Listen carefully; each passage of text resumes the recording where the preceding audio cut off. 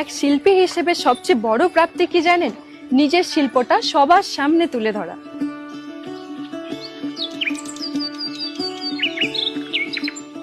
পশ্চিমবঙ্গ শিল্পের রাজ্য।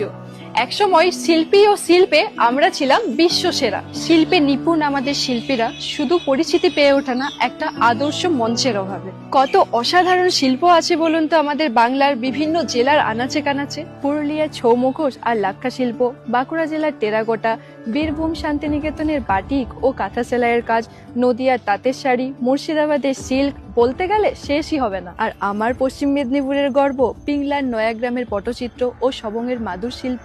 এগুলো সবই বিশ্বসেরা হওয়া সত্ত্বেও শুধু স্বীকৃতি পাচ্ছে না একটা ভালো মঞ্চের অভাবে। আমরা কি পারি না তাদের পাশে একটু দাঁড়াতে?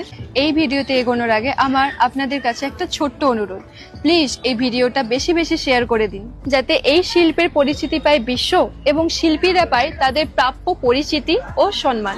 হয়তো আপনাদের এই একটা শেয়ার এই শিল্পীদের জীবন পাল্টে দিতে পারে। আসলে বাংলার এই শিল্প শুধুমাত্র শৌখিনতার প্রদর্শনী নয়, বরং এর সাথে জড়িয়ে আছে আমাদের ধর্মীয় বিশ্বাস, সংস্কৃতি ও রুজি রোজগার।